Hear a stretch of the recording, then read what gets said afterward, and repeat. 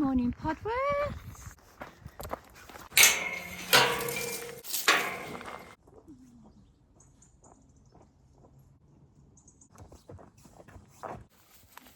Welcome back to the vlog. We're dreamers.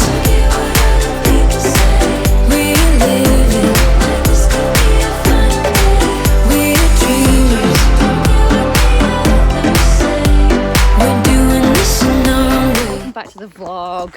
This week is it's a bit of a quiet week for us, so we're in between, still trying to qualify for the Associated Champs in dressage. But we're doing some fitness work. So there's no competitions this week. It's a hacking weekend. So what I thought I'd do is I'd take you along on my hacking. I put some questions on Instagram, a question box on Instagram for people to ask me what they want. Free reign. Hello, gorgeous. And so I thought we'll go hacking, take pod out, and I'll answer your questions. So come along with us. Tack up the pony. And let's go through my amazing hacking. To be honest, one of the best reasons for moving here. The hacking is 10 out of 10.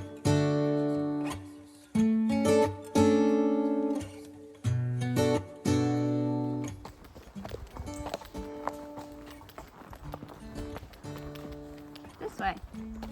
No.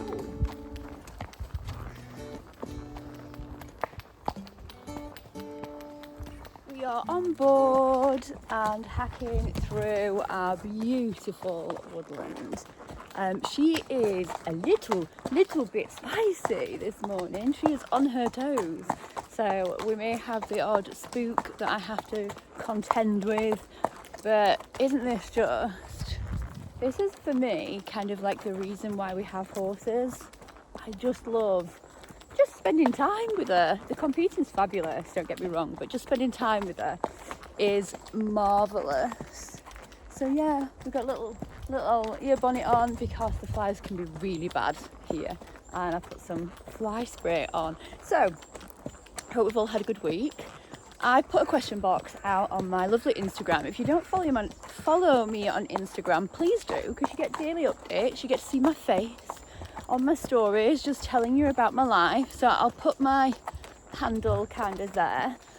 Please give me, go and see what me and Pod get up to during the week. Sometimes it's exciting, sometimes it is not. So I put a question box on there and I said, no holds barred, people, like ask away. And you delivered. There wasn't too many controversial ones though. I like to think that maybe I don't cause any controversy these days. You know about my child influencer rant days, which we can do a whole vlog on if people see the need, but we do a podcast as well and we talk about it on there. It's my pet peeve about exploiting children on Instagram. Anyway, that's not why we're here. So my question box. So one of the first questions was, Shelley, what age did you start riding? Well, people, I started riding at 7 and I was the typical 80s obsessed horse child that used to get the Robinsons catalogue, circle everything that I was going to buy when I was rich and famous, and did that. However, I wasn't, don't get me wrong, I had a fabulous upbringing, but I didn't do pony club, I didn't have ponies. I had to go to the local riding school where you used to be able to work for rides, basically. That's how they sold it. They sold it as, come and look out some stables and then you can ride a pony. What actually happened was that it was probably child exploitation back in the day.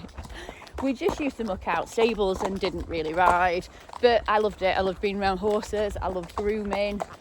And then I was very lucky when I was 14 to get a little Connie pony that I had for a couple of years, but my mum would never let me event because she said it was far too dangerous. And to be honest, back in the 80s, it probably was. I mean, it's dangerous now, but it probably was a lot more dangerous. So hence why I had this obsession when my children grew up. So then, she wouldn't let me event. Then I had a break, so I sold my pony, decided to do other things. I became a teenage mum, actually, which is a whole other story, and didn't pick up riding horses again. So I became a mum at 17, I didn't pick up riding horses again until I was 42. That's a long time, people. And then I got reg, and that's why I came up with the whole idea to go eventing, because it was something I was never allowed to do. And I'd become adult, and I'd got, nobody tell me what to do now, and I've got adult money, and hence the journey. Next question. I think this is kind of maybe following on a little bit, but it was any tips for confidence for an older rider, particularly jumping. So I had the break and I came back at 42, and I think I thought that I would just regain everything as I did when I was 16. So I was quite a competent little rider at 16. How wrong was I?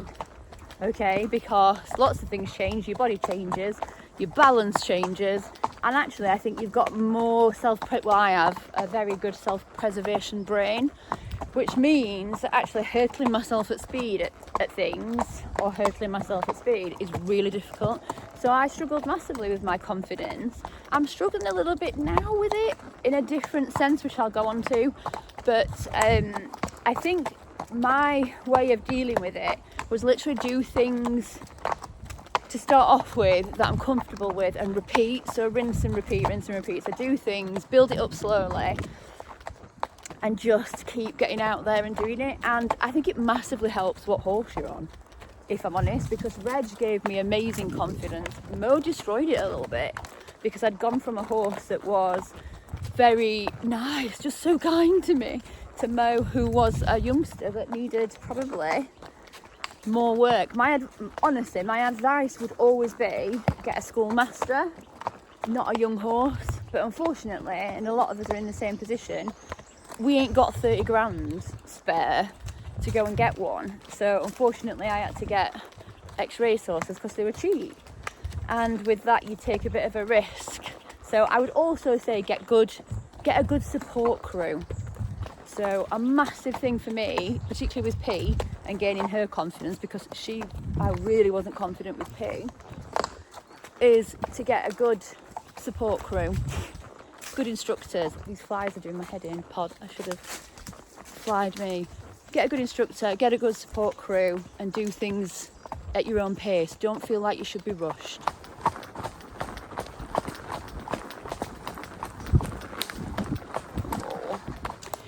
Next question was biggest challenge as a more mature rider. I am 47, so I would absolutely class myself as a more mature rider. Biggest challenge, oh my goodness, aches and pains. Things hurt more as I've got older, and confidence, because if I fall off, nobody's going to pay my mortgage. It's about my personal life, but I'm divorced, so I don't have the gratitude of another financial paycheck coming in my house, so nobody is going to pay my mortgage, unfortunately. So biggest challenge I think would be confidence, getting my mindset right, and the fact that my body is not 16 anymore and it's been through some challenges. So yeah, good ibuprofen, a good bath, and a good mindset coach. There you go. Flies are eating us alive. Not so much pod, because I doused her in fly spray, but literally I need the fly spray. Oh. Right, next question. Is there one on my face? I feel like there's one on my face. This way, sweetheart. This way. Pod wants to go down there. We don't. Next question. When will we event again? Great question. I'm not sure at the minute. I'll break it down. I am not a lover of the cross-country phase. I've never been fabulous at it. I have a very good self-preservation brain, and I like speed, but controlled speed. So hurtling myself at solid fences has always been a challenge. I think I didn't realise this until I started doing the eventing journey, how hard that actually mentally would be. And with Reggie it was kind of easy, because he was a little bit, he stopped a lot to be fair, but we got him to the stage where he would kind of go. Pod's not a lover of it, so I know I've put some videos on where Ali took her and I took her cross country schooling, and this is where you think with Instagram and YouTube and everything else, people, like, we're only going to share a lot of the good bits. There's a lot of bits where it's not so good, and she's not very confident, and she's not amazing running at fences. And you'd think, again, she's got quite a self-preservation brain, and you'd think, well, actually, Pod was bred point to point, so you think she'd be naturally good at it. She just is not. She's not a mega fan. She will do it, but you need to be somebody that is super confident with her to tell her and to give her that confidence. And I'm not that person. So we are struggling a little bit with the cross-country element at the moment. And I think in the winter, what I might do is do a few hunter trials and maybe some little going out with bloodhounds and things like that, and see how she takes to that. But I'm not going to make her do something she doesn't want to do. And like I said, she will do it, but I don't get the love from it, and I don't have the love of the cross-country element neither. And I think sometimes we're quick to put ourselves in like a little box, calling ourselves everyday eventers, like that's what we're going to do, we're going to do eventing. When actually different horses bring different things, and it's okay to set off saying, I want to do eventing, and then go, do you know what, that's not a really good fit for us at the moment, and maybe a bit of show jumping is a better fit, or do you know what, just hacking. I love a goal and I like things to work towards, but P has taught me as well just the love of having a horse, the love of hacking. And after losing the boys, I'm just appreciative of every day. So we might never go eventing this year again. We might do. I've got my eye on a little one at Epworth, but as well, it's a lot of money, and to train to a decent level, it's a lot of time. I don't know that I want to put that much money and time into it for not getting as much of the joy out. And I love what makes the decision a little bit easier is that I love going out with Jess, who's heebie-jeebies eventing, and I love grooming for her, and because I love the sport, I love eventing as a sport. But not everybody can do eventing, and I think that's all right. I think that's absolutely fine. I think sometimes we feel a little bit like we've failed if we're not this brave, we've got all this bravado, running at fences. It's all right. You don't have to be like that. Everybody's different. Still love the sport, so I like the fact that I get all the good bits of eventing without the stress, because I can go out and groom for Jess, who is an amazing rider, and she loves the cross country, and it's a perfect fit for her, and she's very good at riding cross country. I'm not that person. I think if I do go out and do any eventing, I will never go above probably 80 now. So yeah, the goal of, let's get to Badders grassroots would be wonderful. But is that realistic for my mindset? Probably not. And that's all right too. So I'm here to tell you, just enjoy time with your horses. Take the pressure off. And if you're called everyday eventers, and you have been for the last 5 years, it's all right. I can call myself everyday trick trotting. Don't mean I have to be trick trotting every day, does it?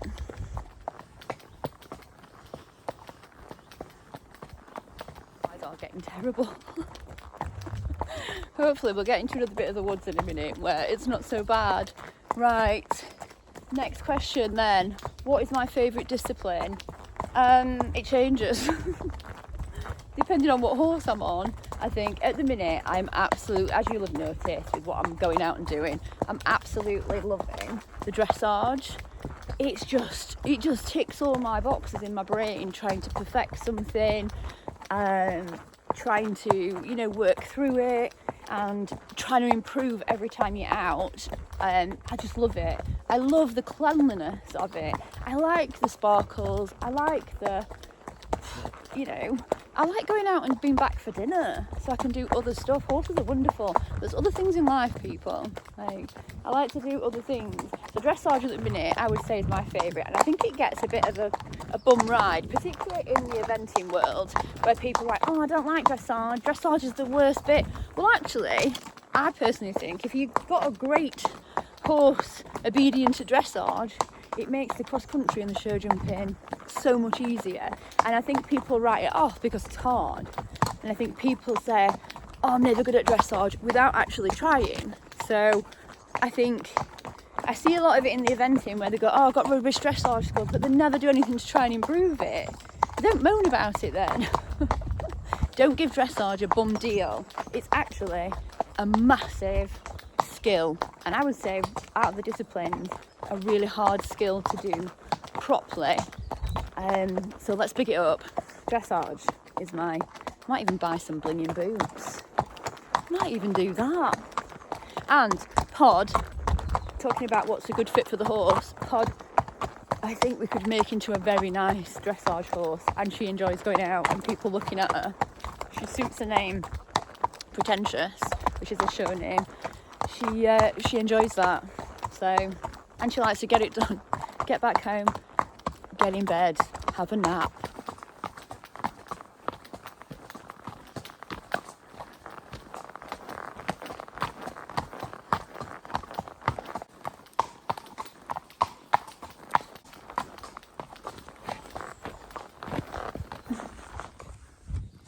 Okay, there is tents that she's not seen before. Come on. I know. They're literally tents, Pod. Come on. We got past the tents. She's fabulous until there is something out of the ordinary. So we do this hack quite a lot, to be honest. And although these woods go on for absolute miles, Pod kind of knows when things have changed. We have to say, come on, there's people up ahead.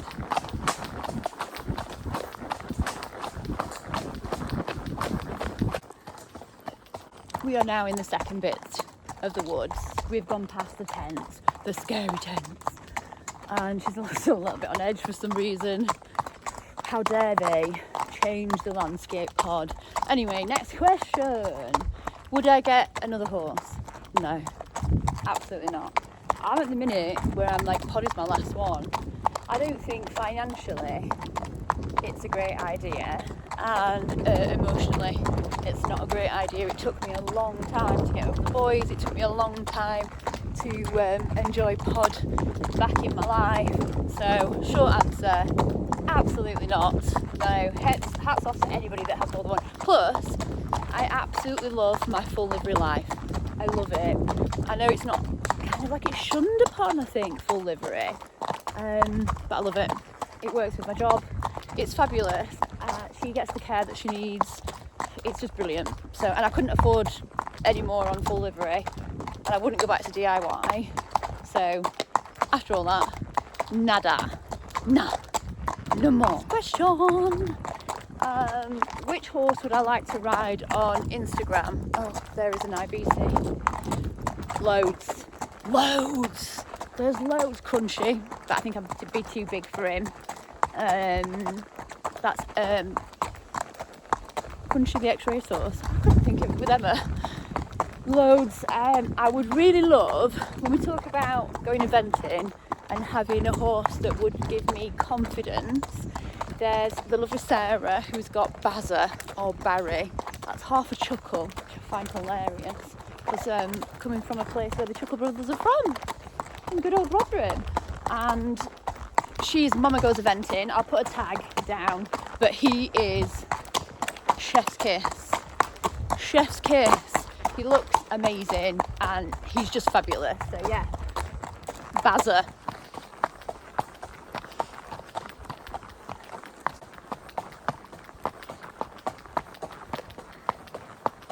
Trees, don't we, Pod? I think last question now from the ones that I thought would be useful to know. Why did I pick P?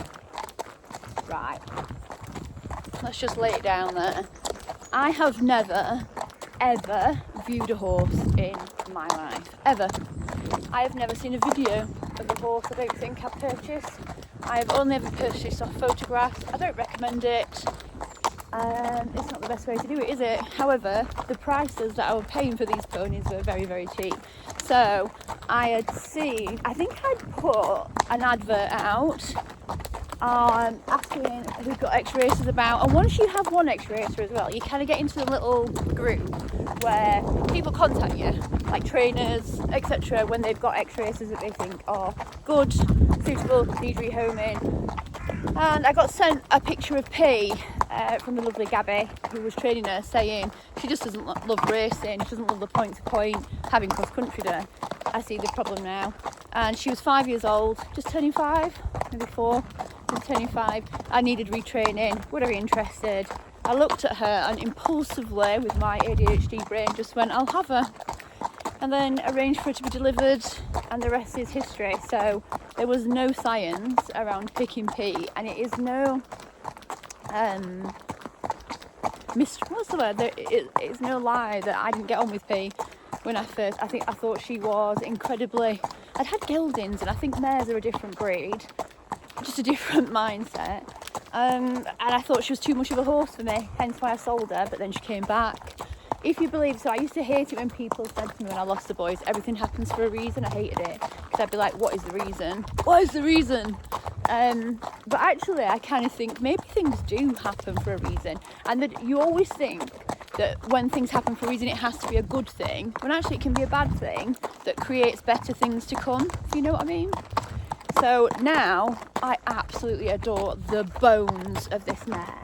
Like, I think it was Jess that said to me, mares are difficult, but once you've got one on side, you'll never have a gelding again. Like, they are amazing, and she's just, I have the best time with her. We do free schooling, we just enjoy being with each other, and she's mega. So, woo, 1 minute. What is around the corner? What is around the corner, Pod? Nothing, people, absolutely nothing. She's spooking at nothing. You're just bigging up mares, and then you're just showing me why you used to scare me. She doesn't scare me anymore, by the way. Things like that don't scare me. We're safe. Crisis averted. There was absolutely nothing around the corner. So yeah, once you get a good mare, I think she's so good, and I just love the heart of her. I love the bones of her, and I wouldn't be without her now. She's just what I needed, but didn't know I needed, I think. I wish she was a bit bigger. She's a little dink. She's probably like 15-2-ish, we reckon, on her tippy toes. Maybe their withers make her 16 hands, but her back's definitely not 16 hands. Wish she was a little bit bigger, but other than that, she's just mega, and I love her. Right, look at all this. Woo. These woods are mega, apart from the bloody flies. Right, that's the last bit of the questions. Hope you enjoyed that. So let's hack home.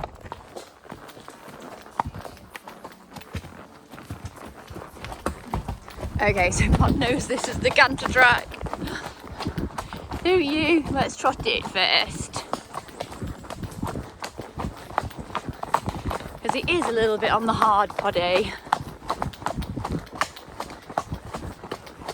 But we get to a soft bit in a minute. But Pod always spooks at this. There's like a little bridge here, look.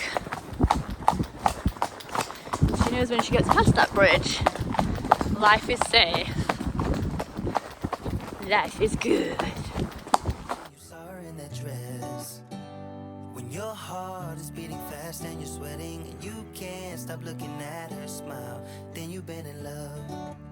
That's how you know you've been in love.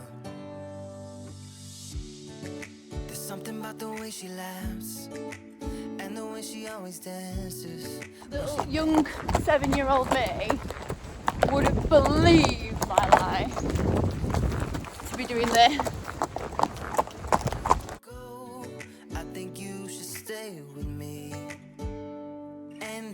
I really get what the love songs are talking about. Oh, and I just wanna tell her how I feel, scream it out loud. Have you ever been in love? Have you ever lost your head? Have you felt like you were out of breath?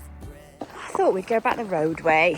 It's always good to keep her used to traffic and spooky things. You've been in love. That's how you know you've been in love. Field is suck. She's like, where's my buddies? You stay in now and have your breakfast.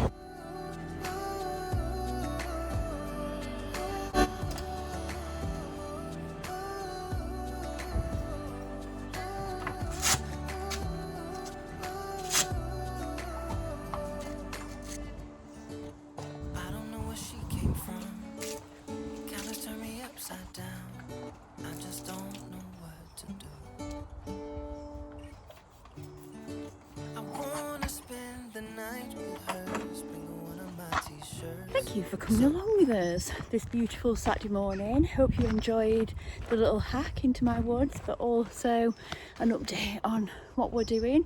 And I hope that you'll still follow us along for the journey, even if it's a dressage journey, even if it's a show jumping journey, even if it's